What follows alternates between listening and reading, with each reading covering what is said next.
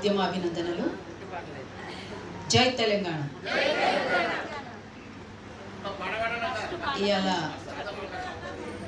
సావిత్రిబాయి పూలే ఏంటిది ఇవాళ యాదికుంది కదా. చదువుల తల్లి సావిత్రిబాయి పూలే వర్ధంతి ఈరోజు.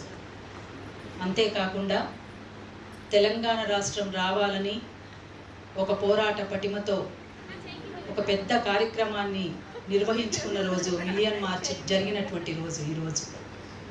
ఈ రెండు మనకు చాలా ముఖ్యమైనటువంటివి. ఈరోజు ఈ సందర్భాన్ని పురస్కరించుకొని ఈ కార్యక్రమాన్ని నిర్వహిస్తున్నటువంటి అక్క చెల్లెళ్ళకందరికీ, దీని వెనకాల ఉండి నడిపిస్తున్నటువంటి అన్న చీమ శ్రీనివాస్ గారికి మరొకసారి ఉద్యమాభినందనలు తెలియజేస్తూ, సావిత్రిబాయి జోహారులే మాయి చదువులమ్మ నీకు నీవాళులే,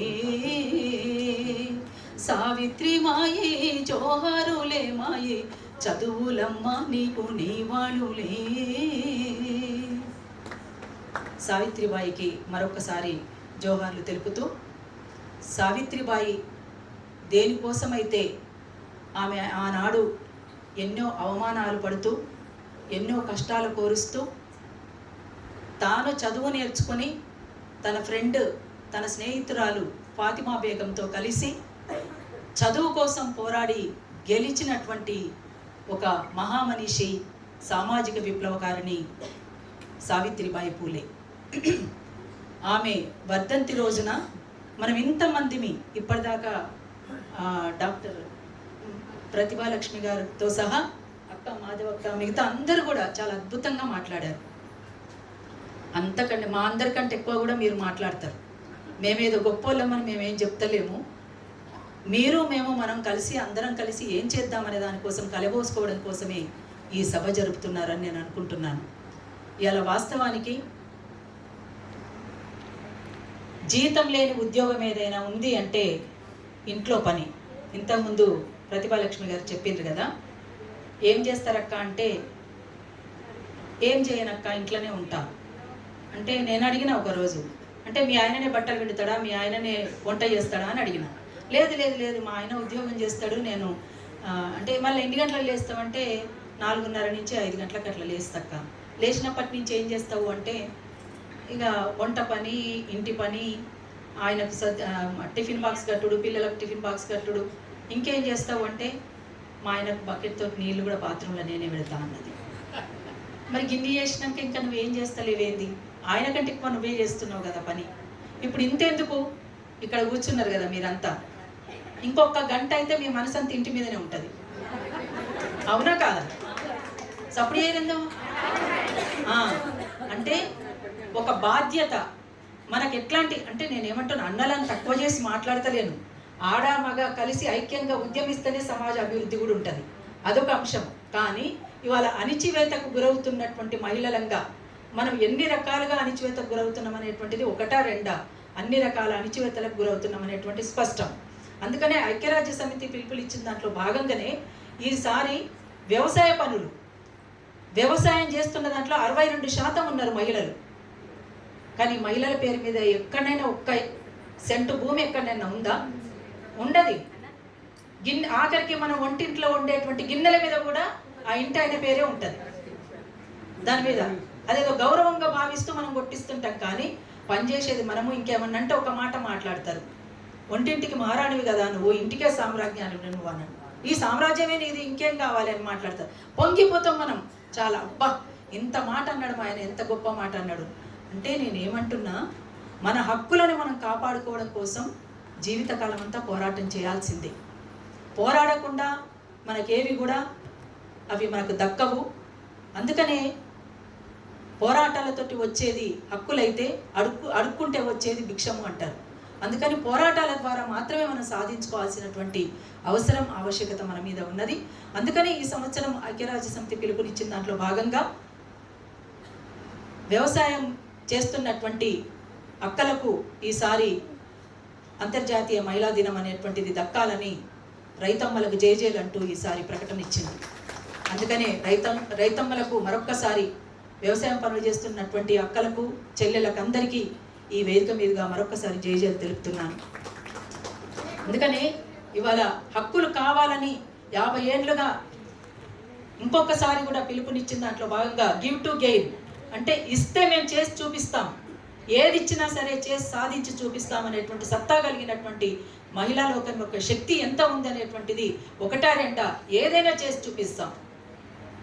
ఆఖరికి చంద్రమండలంలో కానీ, గాలిలో ఎగురుతున్న ఫ్లైట్లో కానీ, భూమి మీద నడుస్తున్నటువంటి రోడ్ల మీద నడుస్తున్నటువంటి 4 గిర్రల బండిలో కానీ, 6 గిర్రల బండిలో కానీ, 2 చక్రాల బండిలో కానీ ఎక్కడ చూసినా కూడా మన ప్రతిభ ఏందో మనం చేసి చూపించిన ఆఖరికి సంసారం అనేటువంటిది కరెక్ట్గా ఈదాలి అంటే అది మహిళ చేతిలో కరెక్ట్గా పెడితేనే అది ఈదుతుంది అనేటువంటి చాలా స్పష్టం.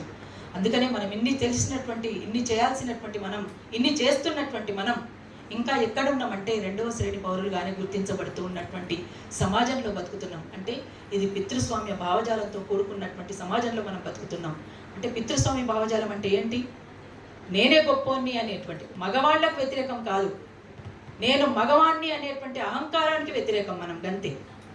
మగవాళ్లకు వ్యతిరేకం అనేది కాదు, మగవాళ్లలో ఉన్నటువంటి అహంకారానికి వ్యతిరేకం మనం.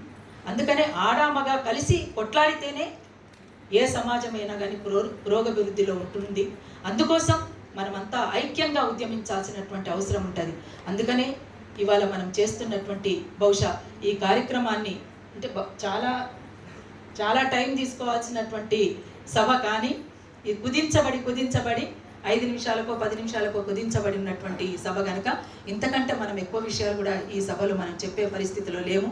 ఏది ఏమైనా ఈరోజు 2 అంశాలకు ప్రాముఖ్యత కలిగినటువంటి సభగా, 1 మిలియన్ మార్చ్ జరిగినటువంటి రోజు, 2 సామాజిక విప్లవకారిణి సావిత్రిబాయి పూలే వర్ధంతి, ఈ 2 సందర్భాలని పురస్కరించుకొని పెట్టినటువంటి ఈ సభకు మరొక్కసారి జేజేలు తెలుపుతూ మీరు మరింతగా ముందుకు సాగాలని, మీరు చేసేటువంటి న్యాయమైనటువంటి పోరాటాల్లో తప్పనిసరిగా అరుణోదయ సాంస్కృతిక సమాఖ్యగా మీ వెంట మేము ఉంటామని చెప్పేసి కూడా తెలియజేస్తూ, నేను కేవలం కళాకారిణిని మాత్రమే కాదు, ఉద్యమకారిణిని కూడా.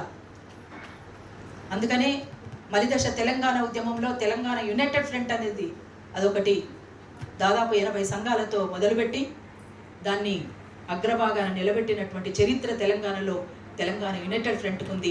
అది పెద్ద ఎత్తున మిలిటెంట్ పోరాటాలు చేసి చూపించినటువంటి సంఘంగా, సంస్థగా మీ ముందు నిలబడ్డది. అది మరింత ముందు కూడా సాగుతుంది. సరే, మన ముందు ఇవాళ ప్రొఫెసర్ కేశవరావు జాదవ్ గారు లేకపోవచ్చు, కానీ వారు ఈ సంస్థకు చైర్మన్గా, నేను కో చైర్పర్సన్గా, కపిలవాయి దిలీప్ కుమార్ గారు సెక్రటరీ జనరల్గా, సొగరా బేగం అట్లనే ఇవాళ లైబ్రరీస్కి చైర్మన్గా ఉన్నటువంటి రియాజ్ అన్న స్పోక్స్ పర్సన్గా ఉన్నారు. అయితే వాస్తవానికి చెల్లె సొగరా బేగం ఇక్కడికి వచ్చేది ఉండే. ఈ మీటింగ్కి ఆమె కూడా వన్ ఆఫ్ ద గెస్ట్. తప్పనిసరిగా వస్తానని మాటిచ్చి, పాపం వాళ్ళ అమ్మ బాగలేదు, అమ్మ నువ్వు ఉండాలి బిడ్డ అని ఆమె కోరడం వల్ల తల్లిగా తను అడిగినందుకు బిడ్డగా తను ఉండాలి కాబట్టి అక్కడ ఉన్నది. కాబట్టి సొగరా బేగం చెల్లె కూడా ఇక్కడికి రావాల్సింది ఉండే, రాలేకపోయినా మనందరి మధ్య ఉన్నట్టే ఆమె మేము అందరం కలిసి మలిదశ తెలంగాణ ఉద్యమంలో అనేక మిలిటెంట్ పోరాటాల్లో కూడా భాగం పంచుకున్నాము. మరొకసారి చెల్లె అక్కడున్నా ఇక్కడున్నా ఖచ్చితంగా ఇక్కడ ఉన్నట్టే అని చెప్పేసి కూడా తెలియజేస్తూ, జై Telangana. Thank you very much.